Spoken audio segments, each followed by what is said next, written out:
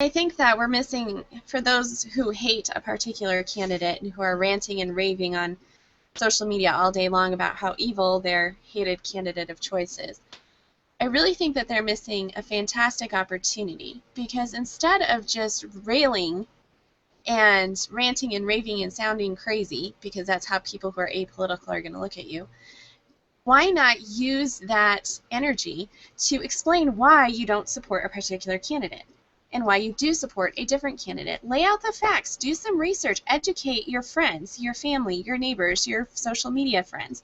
That way, they understand where you're coming from, instead of just saying, Ted Cruz is awesome, Jeb Bush is horrible. And Corey and I, we did have this conversation earlier in the week about what's sort of behind the noise here. There was a poll, apparently. Do you want to talk about that poll a little bit? About that real quick. The other day I got out of work, I think it was Monday, and my Facebook feed was just blown up with all this chatter about this poll that had come out that supposedly 60% of Republicans were going to stay home and not vote if Jeb Bush was our nominee.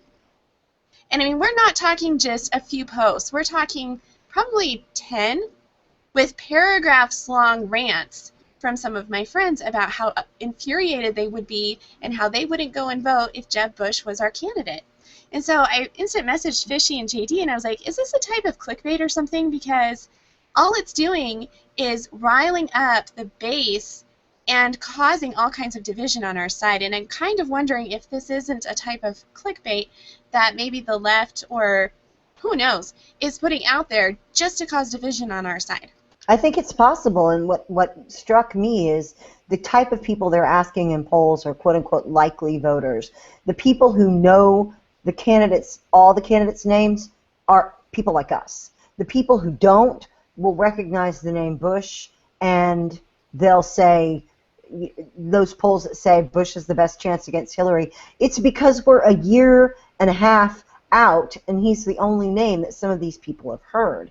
The other guys haven't had a chance to make their case yet. And so by continuing to react to whatever news you see out there about Jeb Bush, you're feeding that media machine that is keeping his name in front of the public, instead of giving your guys some air and some oxygen to express themselves. The people who are going to actually vote on whether Jeb Bush makes it as the presidential nominee for the Republicans or not, those people know who the field is. They're reacting to polls that are completely different sets of people voting in those polls, as though they were the polls for the primaries. And it's very confusing, and it looks to me like the whole thing is ginned up to continue to put Jeb's name out there and starve the other candidates of attention. Well, I mean, look, Bush is going to pull in the top group until some people start dropping out and the conservative vote consolidates. So that's the way it is. He'll pull in the top group, and once some people drop out, he's done. He has no chance. There is no groundswell. But it's not just with Bush. Look at Graham is basically getting in for the sole purpose of railing against Rand Paul. I mean, it's crazy. Okay, this attacking. I love the diversity of our candidates. I think it's fantastic. I look at the other side and I see one little old lady, which is fine, by the way. I'm all for a little old lady if it's Margaret Thatcher. Okay, but the fact is that this one is awful. They've got one little old lady who's telling Christians they need to change their beliefs that are 2,100 years old, because she wants them to on an issue. And meanwhile, we've got this fantastic diversity of sharp, energetic, different viewpoints, candidates who are mutilating interviewers left and right, and we're attacking each other. It's crazy. And what's interesting is I know that when you say diversity, you're talking about ideological diversity. You're talking about...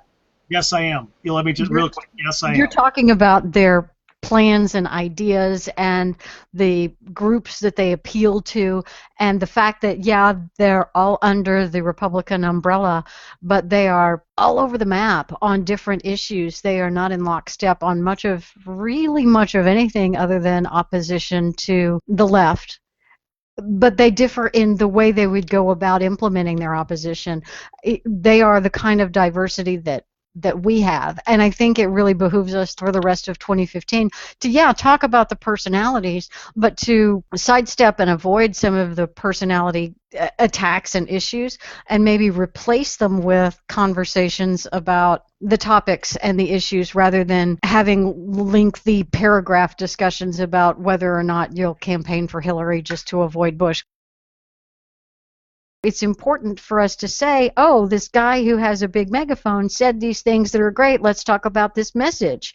Well, instead, it becomes about whether or not we want Jeb Bush to be our presidential candidate.